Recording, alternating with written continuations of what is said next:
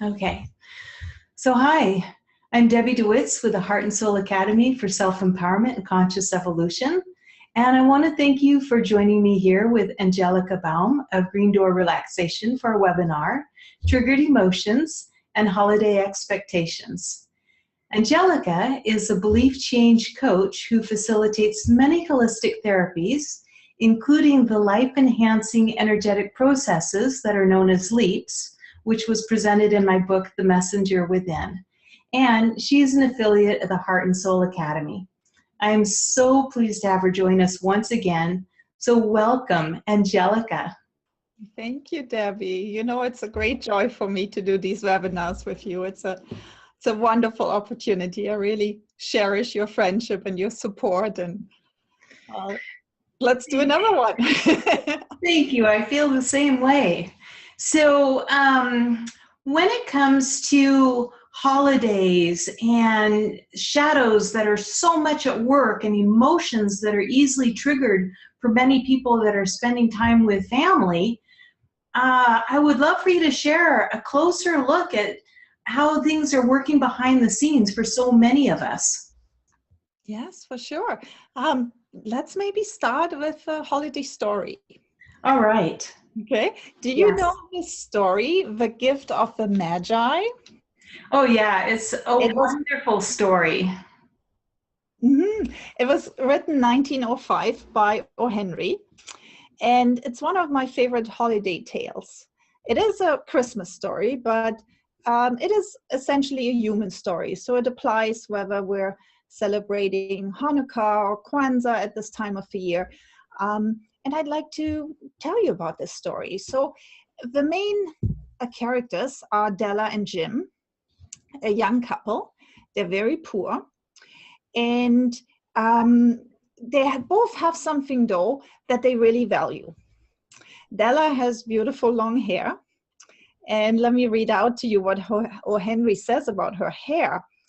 He describes it as rippling and shining like a cascade of brown waters. It reached below her knee and made itself almost a garment for her. And her husband, Jim, has his gold watch, which his father used to have and his grandfather before him. So that's his precious object.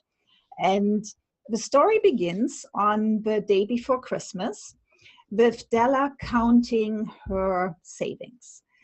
For the last few months, she's put every penny aside, but she only has $1.87.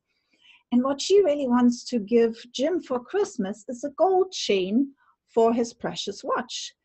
So she decides to sell her hair, her long, beautiful hair, in order to be able to buy this gold chain.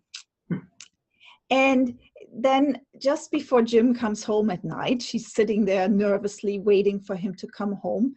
O. Henry writes, then she heard his step on the stair, way down on the first flight. And she turned white for a moment. And now she whispered, please, God, make him think I'm still pretty. Jim then enters through the door, and O. Henry says, his eyes were fixed upon Della, and there was an expression in them that she could not read. And it terrified her. It was not anger, nor surprise, nor disapproval, nor horror, nor any of the sentiments that she had been prepared for. He simply stared at her fixedly with that peculiar expression on his face. And Jim says, your hair is gone? Your hair is really gone? He can't believe it. And he pulls out his gift for Della, and it is a beautiful set of combs, of shell combs for her long hair with jewels on the rims. Something that she has seen in the shop window, and she didn't even think she would ever get this. And now her hair is gone. So then she remembers that she still has her gift for Jim. She gives him the parcel, and as he opens it, she expects that he will pull out his watch and attach that chain to the watch, but he doesn't. Why not? Because he has sold his watch in order to get her those combs, in order to get her present. And O. Henry finishes the story saying, the Magi invented the art of giving Christmas presents. Being wise, their gifts were no doubt wise ones, possibly bearing the privilege of exchange in case of duplication. But let it be said that of all who give gifts, these two were the wisest. So they clearly gave a beautiful gift to each other, a very special gift. And I've always loved this message of this story about the two lovers who sacrifice what is precious to them in order to give to the other one. But beyond that message, I realized a couple of years ago when I reread the story that there's another beautiful message in this. And that message is about imperfections. The art of embracing imperfections or seeing the gift in imperfections. Because you could certainly say that these combs are completely useless when her hair is short, or having a chain for a watch that's gone is even more useless. But they both, these two young people, embrace each other, embrace their gifts, and embrace the imperfection of the situation really beautifully. Della responds to the set of combs by saying with a smile, "My hair grows so fast, Jim." And Jim, O. Henry describes, he tumbled down on the couch and put his hands under the back of his head and smiled. "Dell," he said, "let's put our Christmas presents away and keep them a while. They're too nice to use just at present." So I love how these two really just embrace the imperfection of the whole situation. And that is what life is about: imperfections, surprises. Certainly this time of the year, because other people do not always do what we expect them to do or what we want them to do. So it can get a little bit messy at times. So no matter what we're celebrating at this time of the year, and whether we're celebrating with family or we're unable to spend time with family and we're perhaps grieving that, this time of the year can come with disappointments and imperfections. It could be a time of sadness. It could trigger sadness. We might not be able to be with a wonderful, loving family, maybe because people have passed away, or maybe because we never had that picture book family. And it triggers emotions. It triggers feelings like loneliness or sadness or frustration. Yeah. Yeah. I believe that much of it has to do with this mind-body split that we have, and just this feeling of being disconnected within us, with these emotions. We have a tendency to separate ourselves from our body and from our heart, and we separate our mind from our spirit. And with those expectations, and we've got this disconnect going on within us, is, I think, behind a lot of emotions as well. So there's a lot of things that play into that. And it seems like our emotions are kind of that language of life. They play that vital role of creating our experience in life from where we are in our emotions, with that.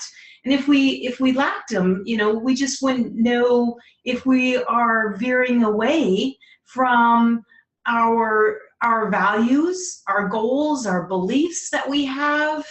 We wouldn't know if we're veering away from our physical health and our soul's purpose and even our happiness, and I think that's one of the emotions that does seem to come up a lot during these holidays is anger.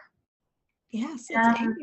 And people trigger our shadows as well, right? Yeah, shadows and this emotion of anger, yes. Yeah.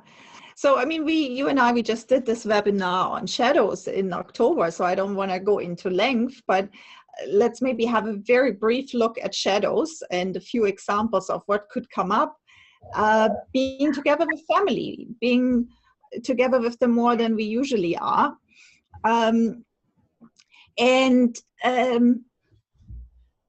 Let's take some examples. There's no live person here that I'm referring to, but let's say I have a family member who complains and whines a lot. Let's say my mother shows up that way. She shows up a little bit like a victim. And perhaps that triggers me. Perhaps I don't like that about her. So she would be mirroring something for me to look at. Or let's say I have a stepfather who drinks and gets angry and yells. So he shows up as an angry bully. Again, there's something for me to look at if this triggers me. Yeah. If I just have discernment and I'm just saying, well, he's angry, don't feel I want to be around him when he's angry and drunk. That's discernment. But if this triggers me into fear or it triggers me into great judgment, there's something for me to look at in regards to anger energy. Let's say I have a sister who's jealous and maybe manipulative. Manipulative is another interesting energy to look at.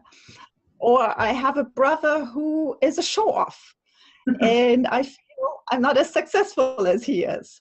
And it all comes up at Christmas. And I'm really judging him for showing up this way. Or I have a controlling family member. Let's say my daughter-in-law is controlling. So all these are examples of shadows that come up if we're not reacting with discernment, but we're reacting with judgment. We had the victim. What was my second example? Oh, the angry bully, the manipulative person, the show-off, the control freak. All these are just energies. And when we're pointing at somebody and judging them, three fingers are pointing back at us, right? So there's always something for us to look at in terms of that energy. Yeah.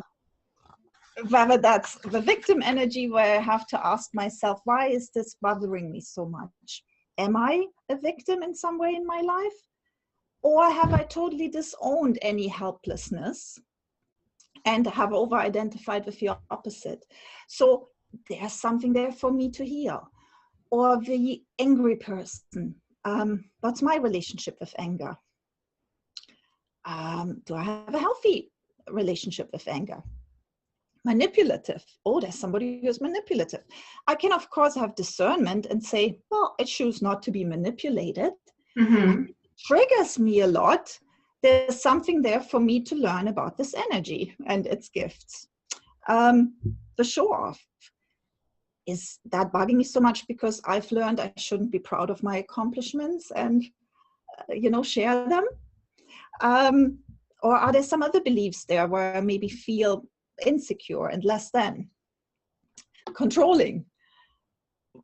Again, I would have to ask, what is my relationship with the energy of control? Yeah. Do I feel out of control? Do I want to be in control? Do I have other people controlling me? So it's all beautiful because if we can look at, oh, something's coming up. That's interesting, that's coming up. What does it mean for me? What is this person mirroring? And how can I embrace that energy so that I can be more at peace with the victim or the manipulative person or the show-off or whatever comes up. Right? Yeah. So we also mentioned anger.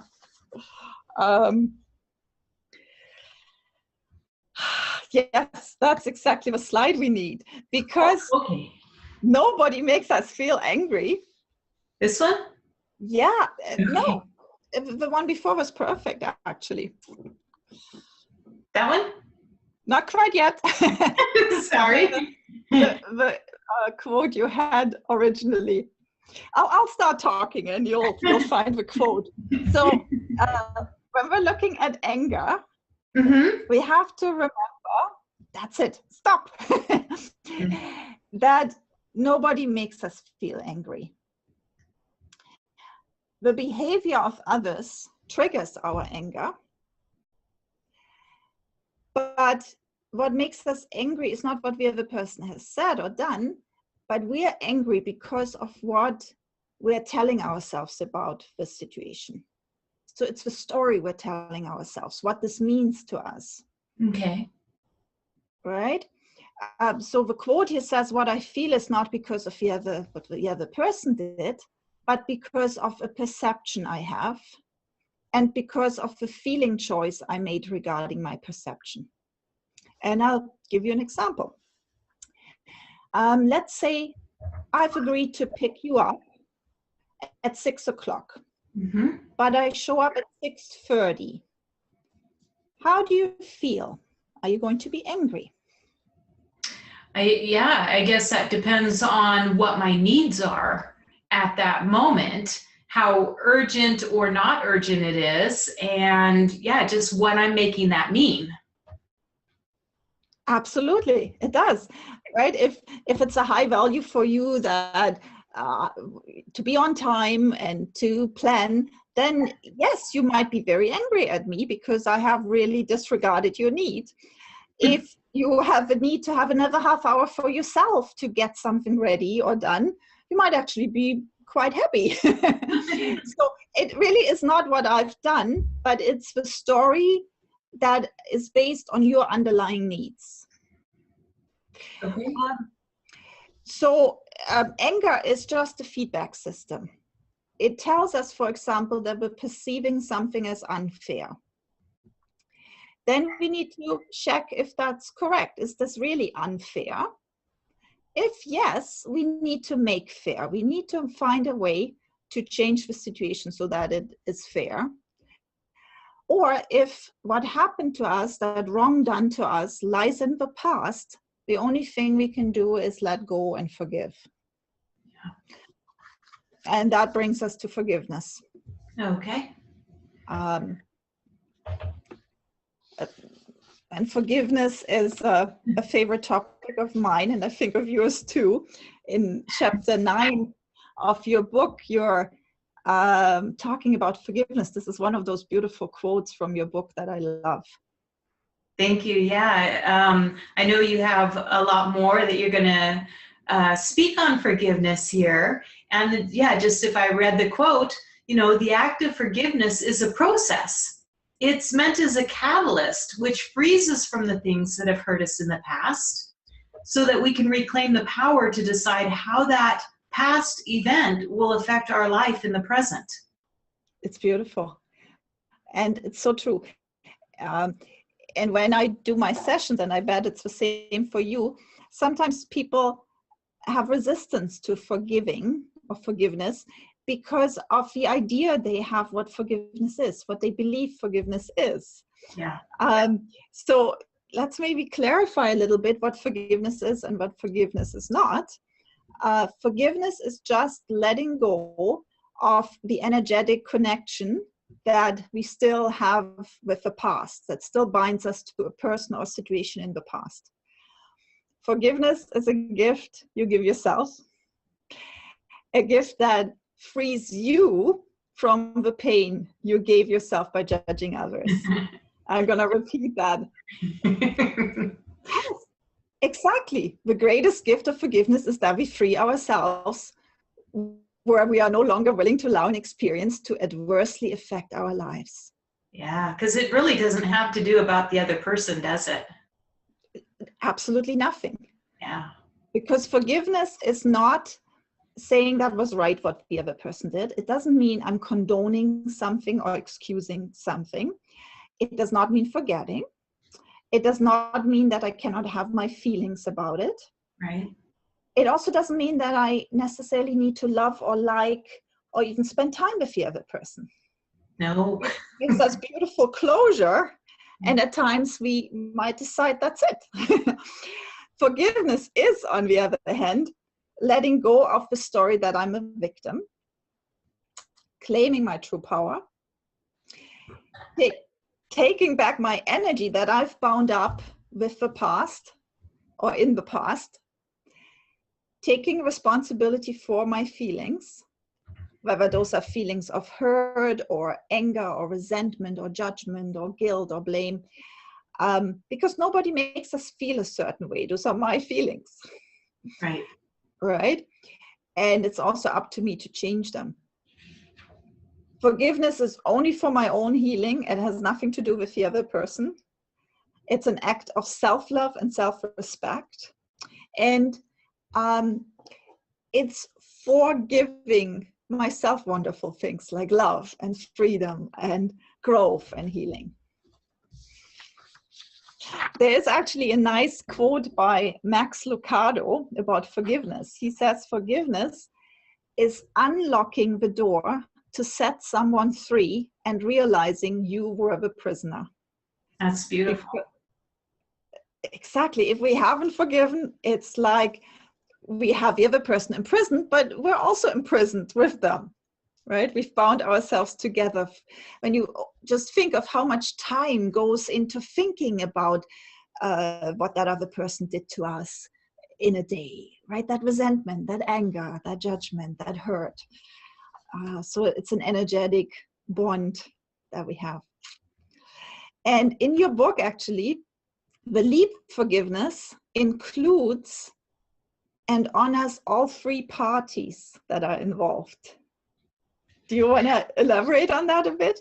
Yeah, I actually got that from Greg Braden as he was writing in Walking Between the Worlds, that it inspired me that if it's not just about us, it is about those that have created the suffering, those that inflicted the suffering, you know, those that are suffering, but it also involves those that are witnessing the suffering. Mm-hmm. Because they still have an energetic tie to the event, and they're the ones that usually feel helpless to do anything about another person's suffering. You know, they would like to lend support, maybe they don't know how. Their heart and their compassion is there, but they feel for the person that's the one that's suffering. Yeah. Yeah. Good. So if anybody hears this right now and feels they want to do some forgiveness work, you can go to Debbie's book and to that LEAP forgiveness process. Thank you. But to maybe tie back again quickly to anger, Yes, that's one of those emotions that comes up. Anger doesn't necessarily mean we need to forgive. Maybe it is something in the past, but maybe it's the present situation. And what we need to remember is when somebody shows up as angry, that there's usually more vulnerable feelings underneath it. yeah, And that's where this picture comes in with the car and the indicator light, because anger is literally like that indicator light that we have in our car that tells us check the engine.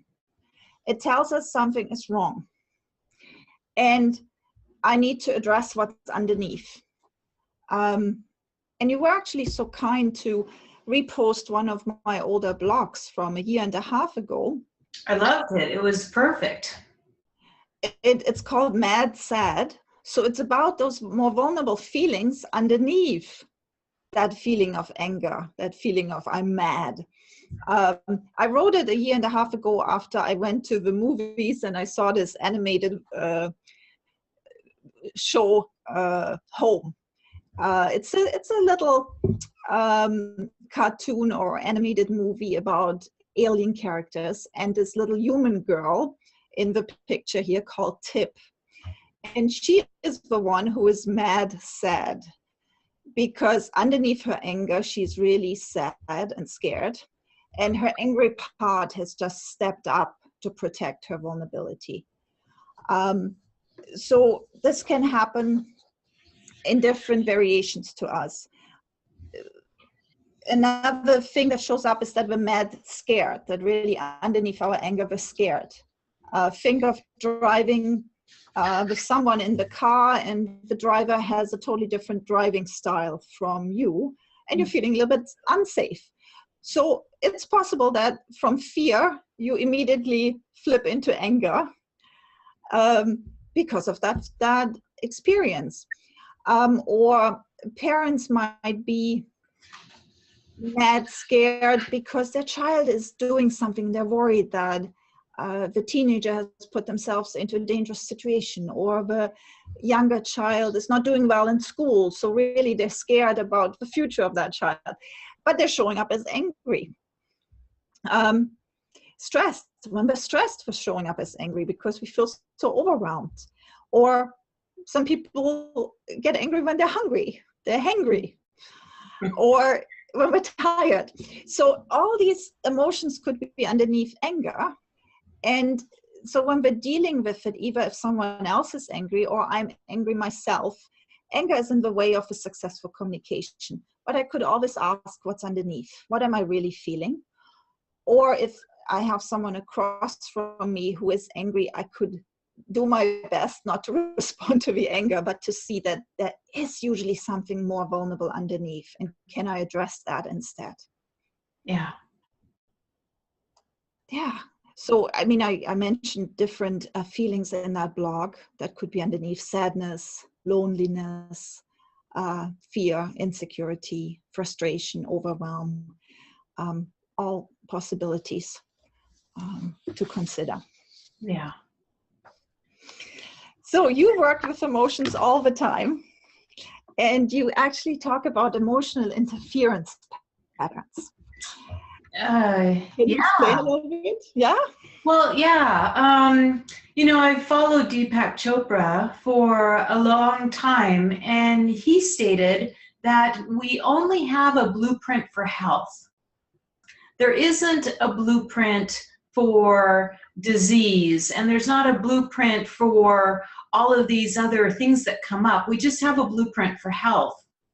And so this kind of concept has influenced my work over the years, and how energy just influences us. So if we have energetic disturbances in that, it interrupts the natural flow of the life force energy that makes up who we are.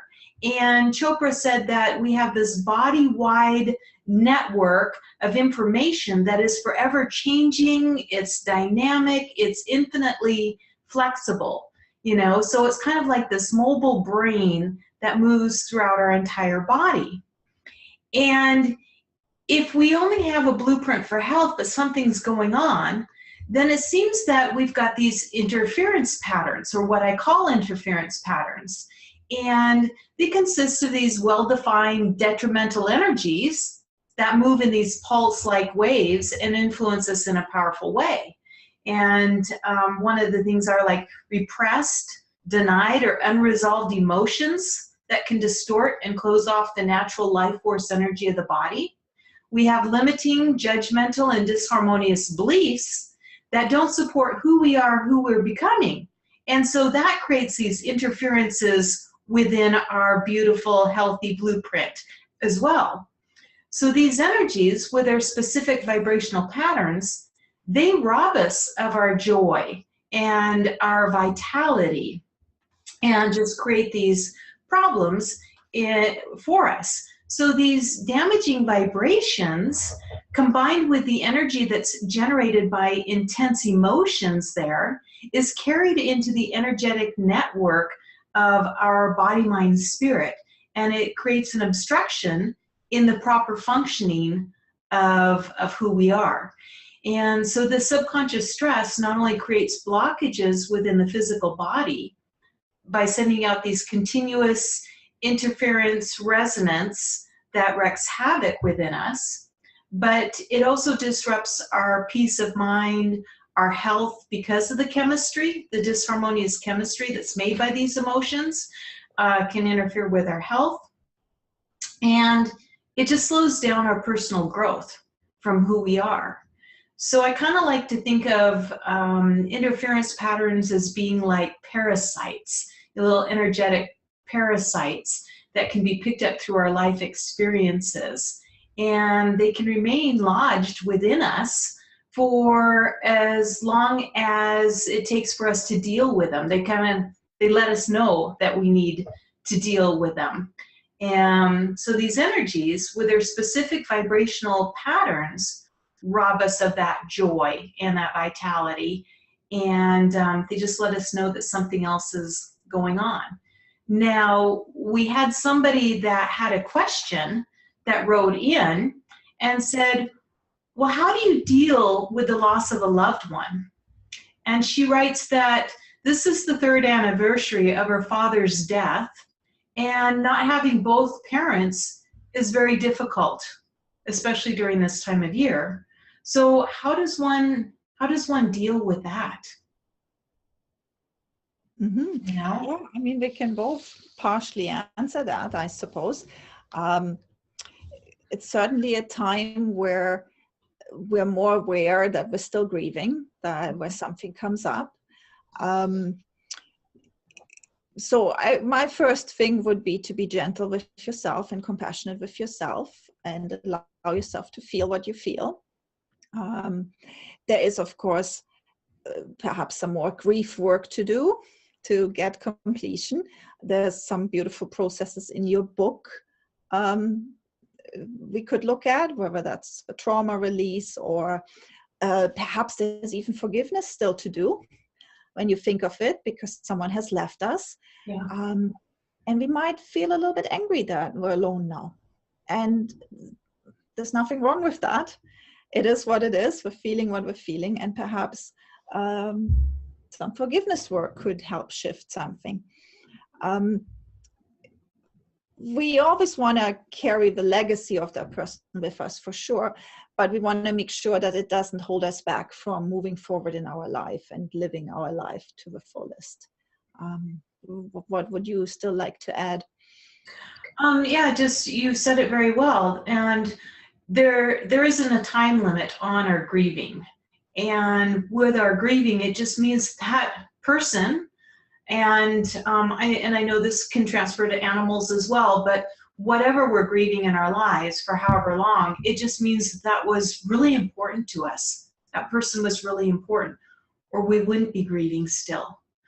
And if it comes to a point where we really feel that it's holding us back and we're not able to move beyond that, not that we ever need to let go completely of our grief, but if we can't move beyond and it's hindering us in our lives, that's usually where we need to take a look at doing some sort of a emotional interference process that helps us release that interference pattern and allows us to go forward. Even if we're going to tear up at times and we have a tender heart because of the grieving, we want to be able to have our emotions allow us to feel through us, but not hinder us from moving forward. Yeah, and the trouble with grief can be that we sometimes push it down, because in our society we aren't taught how to grieve in a healthy way. We learn all these myths about grief. Yeah. That we have to just be strong or replace the loss or just move on or grieve alone, cry alone. So we want to make sure that we can have happy memories, that we, finding that completion doesn't mean I'm forgetting, not at all, but can I look back with happiness rather than pain? Is there still something that feels incomplete for me? Is there something I haven't had an opportunity to say? You can still do this. You can still write a letter today and do that. Or is there still forgiveness work to do? Or is there something where I need to take responsibility for something? So forgiving myself in some way in regards to that relationship. And where do we put our focus to help us move forward? What's a healthy way of remembering them, or the fun times, focus on that, the gifts that they brought us in that relationship, and help us lessen that being stuck feeling that gets us moving forward again. Yeah. Mm-hmm. Yeah, so I hope that answered the question a little bit. It's definitely a challenging question. It is, for sure. Yeah. We had a second question. Is this a good time to do the second question as well? Sure, let's take a look at that. So that other question was, how do we deal with family members who give expensive gifts where we cannot reciprocate? It's very, very stressful. Yes, lots of people get stressed at this time of the year because of financial commitments, financial expenses that they don't usually have. And the question is, what do we do? That we don't go into debt, that we don't need to do that. And it really starts with realizing that an expensive gift is not more valuable than spending time with the person. Writing a note or a card from your heart. So really giving a different kind of energy in exchange. And if possible, to be honest with those people. And if they're okay to give you expensive gifts, to receive and reciprocate with what comes from your heart. Yeah. What is actually more valuable. Maybe I can bake some cookies with love, or I can write something or make something. It does not have to cost any money or not much money at all. No, and I know that some people feel like if they give homemade gifts, it won't mean as much. And maybe we're not all crafty where we can give a homemade gift, you know, but it really is about coming from the heart, and it really is about thinking of the other person and what would bring meaning for you to gift to them if you have that, and it doesn't have to be expensive. It could also just be, like you said, a card that's well written that says what I respect, what I value, some of the good times I've had with you, or the lesson I learned that's left me with a big gift has touched me with that. And yeah, I think just coming from the heart, just showing up and being yourself, if that's all you've got to give, that's good enough, you know. And we put that stress on ourselves. And again, it comes back to those expectations, thinking that we need to live up to certain expectations or other people's expectations, or probably we're hardest on our own expectations of what we'd like to be able to do but can't do. And that's where we have to kind of step back and look at the big picture and say it's not worth going into debt. Or if it's a big family, and even if it's not a big family, maybe we need to draw names in the future and tone it down to where we can get back to where we're comfortable, you know, with that. Yes. Good. Well, so we've talked a lot about emotions. Yeah. Let's do something practical. Don't you have a simple process that you could guide us through to help with all these emotions? Yeah, I do. I'd like to share that. We'll pop this up. It's from my book, and I call it The Sacred Heart Alignment. And it was kind of inspired by Paramahansa Yogananda. His teacher was Sri Yukteswar, and he did something known as a unity breath. And we just kind of simplified it here to allow us to get back into our heart, because with this feeling of disconnect and being in our heads and disconnected from our bodies, or feeling the stress in our bodies but not feeling our heart, we need a way of getting back into flow. And the beautiful thing about coming from the heart and feeling from the heart is it allows us greater synchronicity and flow in life. And when we practice this, we can come from a greater peace of mind as well. So the simple thing is, and I'll guide us through this, but just to give an overview of it, is we're going to connect with the earth, because that helps nurture us with that earth energy. And it helps get us grounded again into our body. And then we're going to align with spirit, because this helps us anchor into our own soul and our expanded consciousness.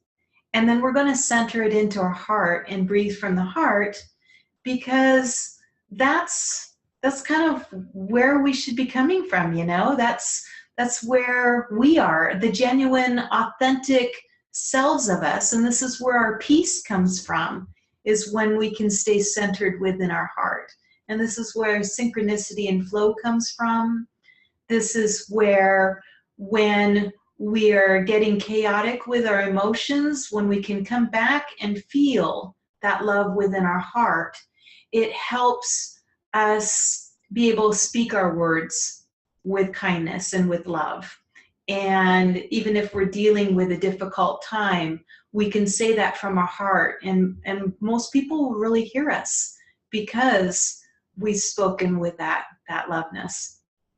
And what I thought I might do to add to this one, because if there is any stress out there at the subconscious level of mind, that if people are willing to do this and participate, they can opt in at the end. So first I would guide us through this little exercise, this easy practice. And then while we're in that heart coherent state, I will guide people through to say, I flow with grace, ease, and effortlessness, allowing things to unfold in their own perfect timing.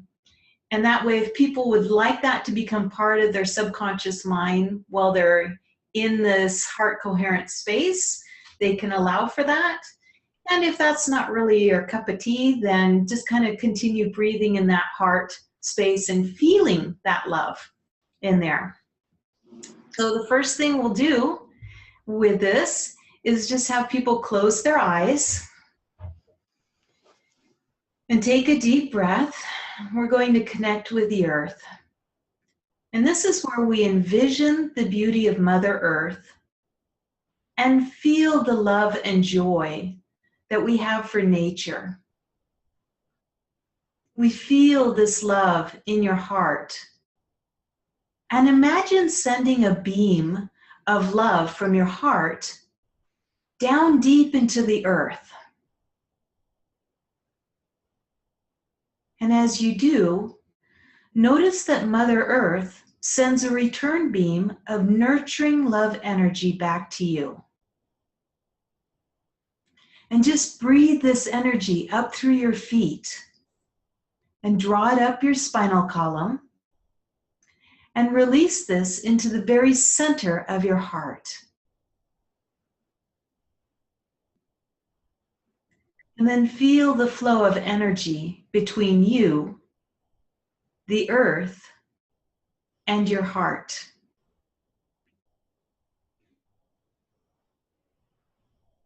Just breathing with this energy. Next, we're going to align with spirit. And you envision the expanse of the heavens and the depths of space. And then imagine sending a beam of love from your heart up to your soul star and the heavens above. And immediately, your soul star sends a return beam of warm, golden energy to you. And you want to breathe this expanded consciousness down through the top of your head and release this radiant energy into the very center of your heart. And then feel the flow of the energy between your soul star and your heart.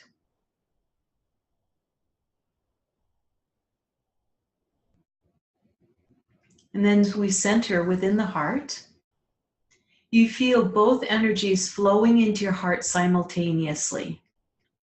Nourishing earth energy flowing up your spine, and expanded consciousness traveling down through your head.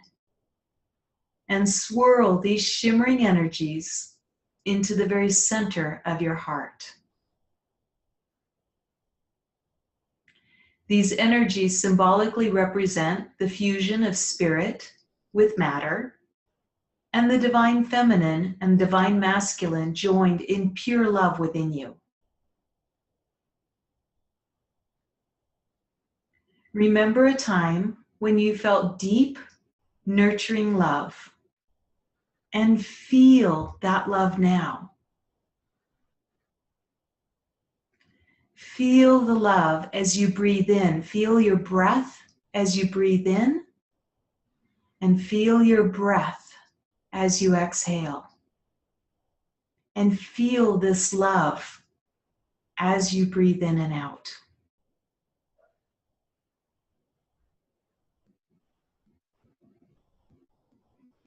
Just let yourself feel this connection with your expanded consciousness and with the earth. For there's a tremendous source of strength because there's such a great deal of power within your body when spirit is fully integrated. And while you're in this heart coherent state of mind, if you'd like to repeat after me while focusing on your heart, you may say, I flow with grace, ease, and effortlessness, allowing things to unfold in their own perfect timing.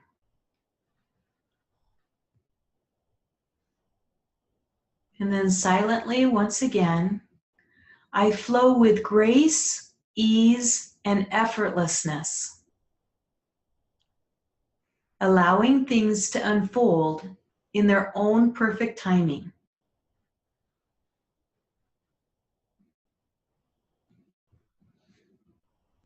And one more time, I flow with grace, ease, and effortlessness, allowing things to unfold in their own perfect timing.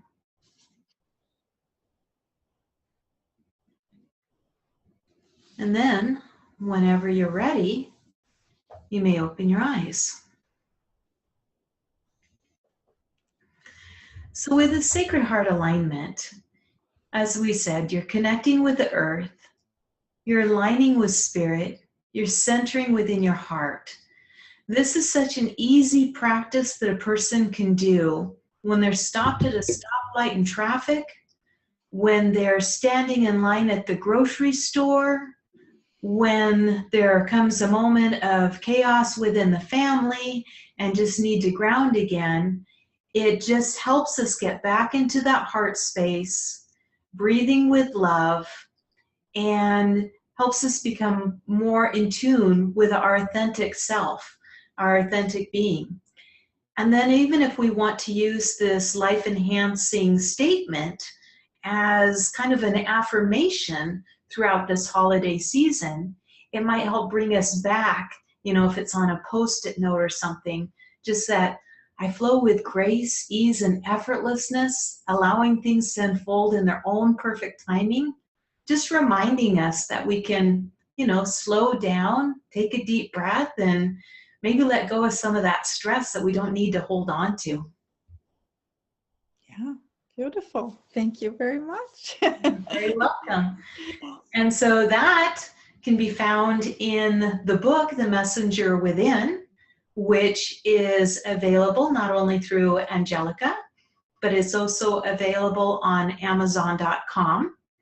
And we have things in it like Chapter 9 does deal with healing emotional wounds in there. It does go through a process of shifting certain emotions so that we don't carry the interference patterns as much.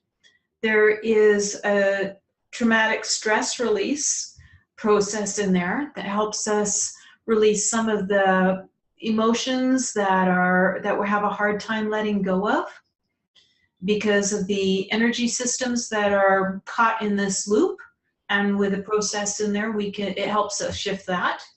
And there's also a forgiveness process that's in the book, as well as I believe it's available as a MP3 on my website. And if it's not available just yet for download, it will be really soon.